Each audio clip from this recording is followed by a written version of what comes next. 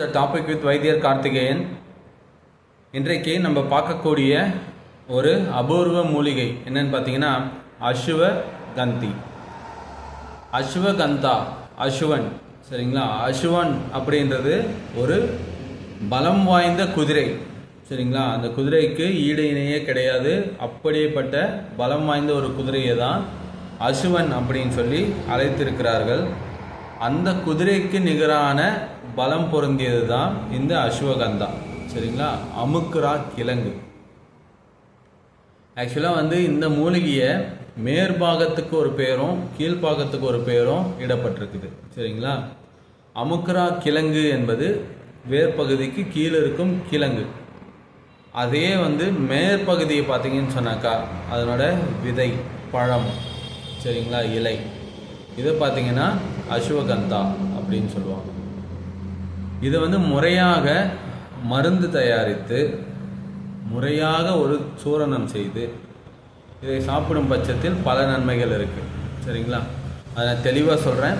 அதுக்கு முன்னாடி நம்மளோட மூலிகை தொகுப்புகள் உங்களுக்கு பிடித்திருந்ததுன்னா நம்மளோட சேனலை சப்ஸ்கிரைப் பண்ணுங்கள்.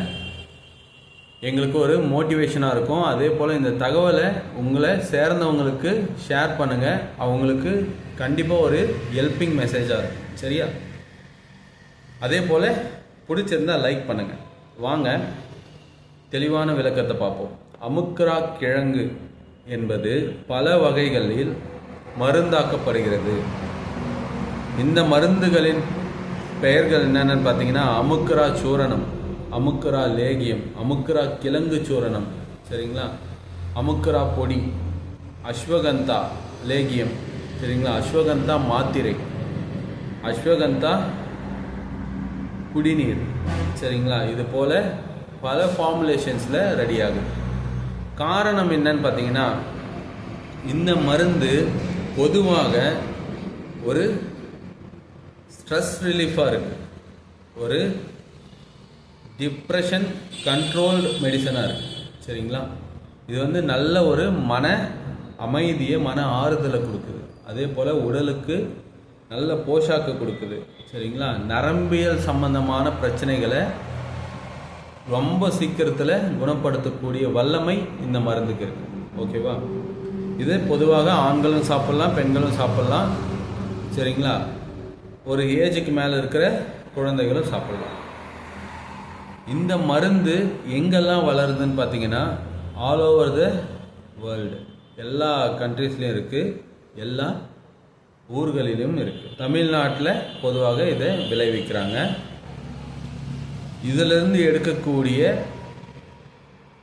என்சைம் பார்த்தீங்கன்னா அதை சில ஜெலாட்டின் கேப்சியூல்ஸாக ரெடி பண்ணுறாங்க, சரிங்களா? ஒரு மாத்திரைகள், மீன் மாத்திரை போல். அதில் பார்த்தீங்கன்னா நல்ல ஒரு பவர் இருக்கும். இந்த மாத்திரைகளை எங்களை போல மருத்துவர்களின் பரிந்துரைப்படி ஒரு குறிப்பிட்ட மாதங்கள், 2 அல்லது 3 மாதங்கள் எடுத்துகிட்டே வந்தீங்கன்னா, பாலில் சேர்த்து எடுத்துகிட்டு வரும்போது நல்ல ஒரு ஆரோக்கியத்தை உங்களால் பார்க்க முடியும், சரிங்களா? அதாவது நீண்ட நாள் பிரச்சனைக்கு தீர்வே கிடைக்காம இருந்து என்ன பண்ணுறதுனே தெரியல அப்படின்ற ஒரு கண்டிஷனில் இருக்கிற ஒரு உடலை கூட இது மேம்படுத்தி கொடுக்கும். அப்படி ஒரு அற்புதமான மருந்து. அனுபவ முறையில் எல்லா வகையான மருத்துவர்களும், சரிங்களா, வைத்தியர்களும் இதை பரிந்துரை செய்கிறாங்க, பழக்கத்தில் உபயோகிக்கிறாங்க.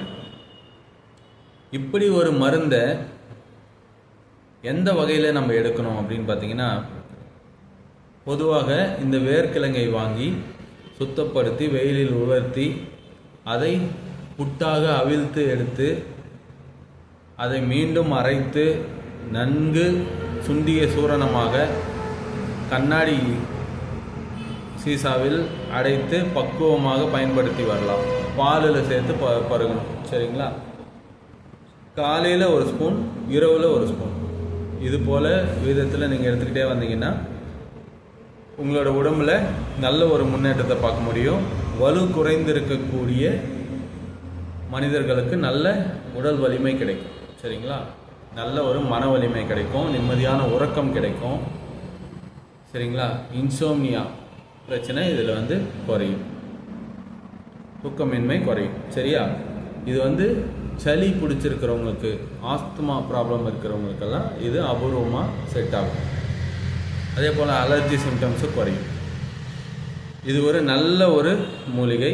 இதை நீங்கள் நான் சொன்ன முறையில் நீங்கள் பயன்படுத்திக்கிட்டு வந்தீங்கன்னா கண்டிப்பாக உங்களுக்கு ஒரு நல்ல ஒரு முன்னேற்றத்தை பார்க்க முடியும். வேறு எந்த விதமான மருத்துவமும் தேவைப்படாது. சரி, அடுத்த ஒரு நல்ல மூலிகையோடு உங்களை பார்க்கும் வரை நன்றி. ஃப்ரம் வைத்தியர் கார்த்திகேயன்.